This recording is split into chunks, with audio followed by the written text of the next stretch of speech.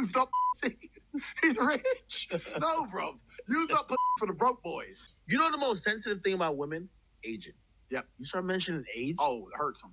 Be the hottest thing ever is a pregnant Helen Mirren. No. There are universal biological standards of beauty and attraction, and you are purposefully celebrating the opposite of them to mollycoddle a pregnant woman.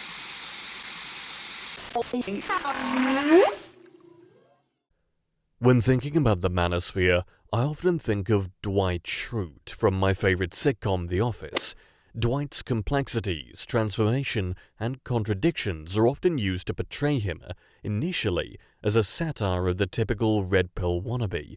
However, as the seasons progress, he is able to evolve from this characterization into a well-rounded and complex character who is able to revolutionize and evolve his narrow-mindedness by including an empathy for women.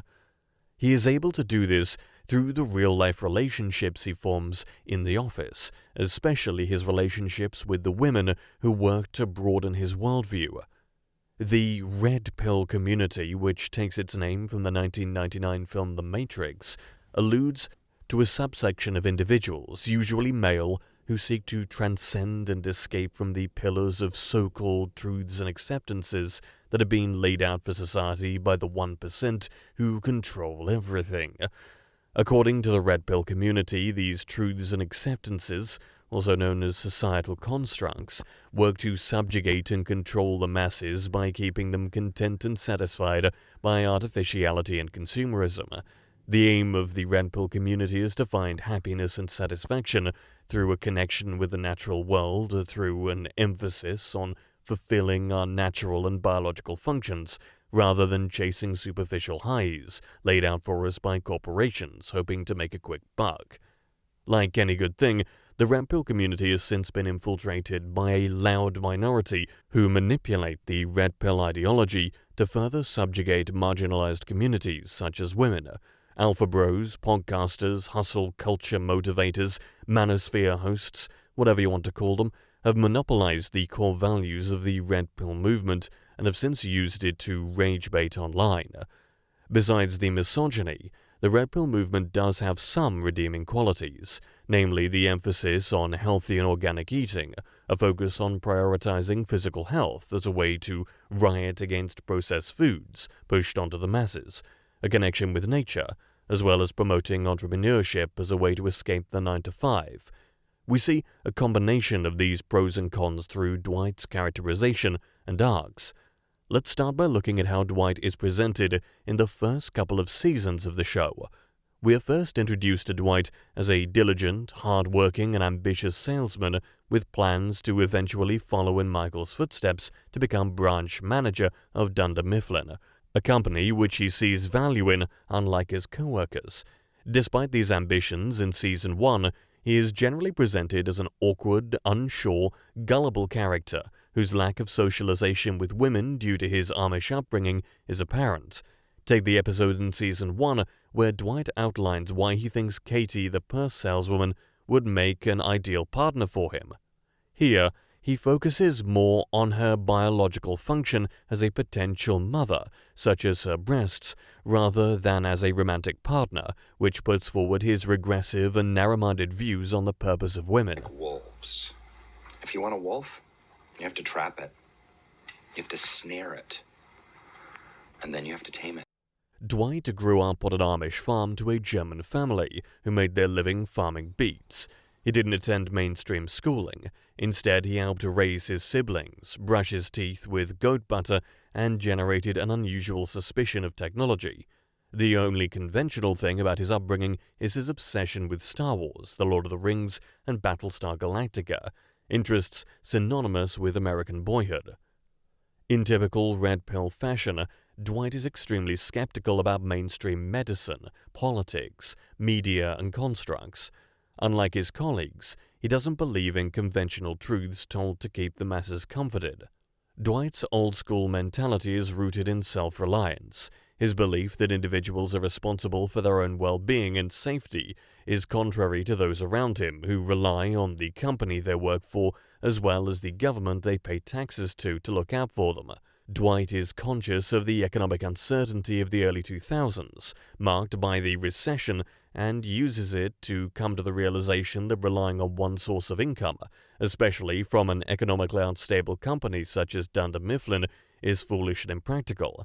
As a result, he trails many sources of income, some of which are successful, such as farming beets, renting out the farm as a bed and breakfast, as well as his ownership of Scranton Business Park. This is very much in line with the Red Pill ideology, which champions self-reliance and entrepreneurship in avenues such as dropshipping, affiliate marketing, Amazon FBA, and pretty much anything that promises a stream of steady, reliable, and passive income as a means of resisting economic uncertainty. His skepticism of the modern world extends to his extensive doomsday prepping, for which he is stocked up on supplies for. Take the cold opening of the Gettysburg episode, where Dwight consumes tins of bunker food in order to replenish his expired stock. Another similarity between Dwight and the Red Pill community is their shared enthusiasm for combat sports. For the Red Pill community, combat sports is a way to tap into their primalism in a world that is so bent on molding the individual. Learning combat sports is also a way for them to protect their families from external dangers. While the regular individual would rely on emergency services in a risky situation, this seems to go against the Red Pill ideology of self-reliance, and so learning combat sports and ensuring physical fitness seems to be a core tenet of the community. Similarly, Dwight also practiced martial arts, training for his black belt to protect himself from unrealistic, hypothetical scenarios, which his colleagues mock him for, until they don't. Hey man, I never got a chance to thank you for stopping Roy. Unlike the Red Pill community, however, Dwight does retain a sense of trust and reliance in law enforcement and emergency services, volunteering as a deputy sheriff in his spare time.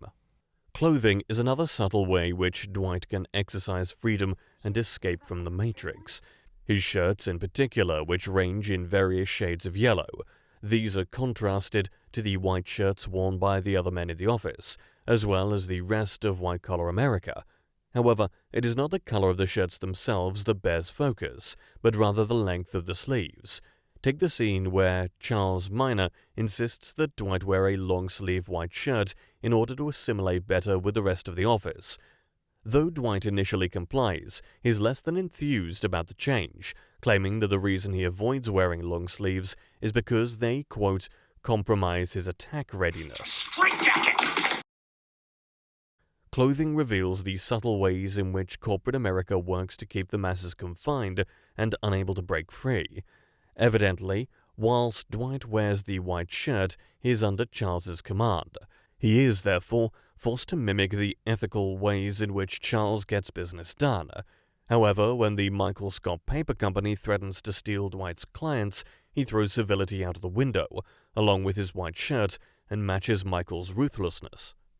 Despite all of this, Dwight's attempt to present himself as the alpha male of the office is often compromised by his willing subordination to Michael's every whim, no matter how unreasonable. This subordination comes from his inherent trust and respect for hierarchies, which shows us how he views the world as a dog-eat-dog place, which again is exactly how the world is perceived by the Red Pill community. Another similarity between Dwight and the Red Pill community are their regressive ideas on masculinity and femininity. However, unlike most young Red Pill guys, Dwight's initial misogyny is born out of a lack of socialization with modern women, having grown up in a secluded community, whereas most of the sexist ideas held by young, self-identifying Red Pill boys are born out of a skewed romanticism for their mother's generation of women. Despite his shortcomings and sexist outlook, why is Dwight Shrute a character we root for toward the end of the series? And more importantly, what is it that saves Dwight from turning into an incel? Well, to sum it up, it is his interaction with regular, everyday working women that allows him to expand his view of women as more than their biological function.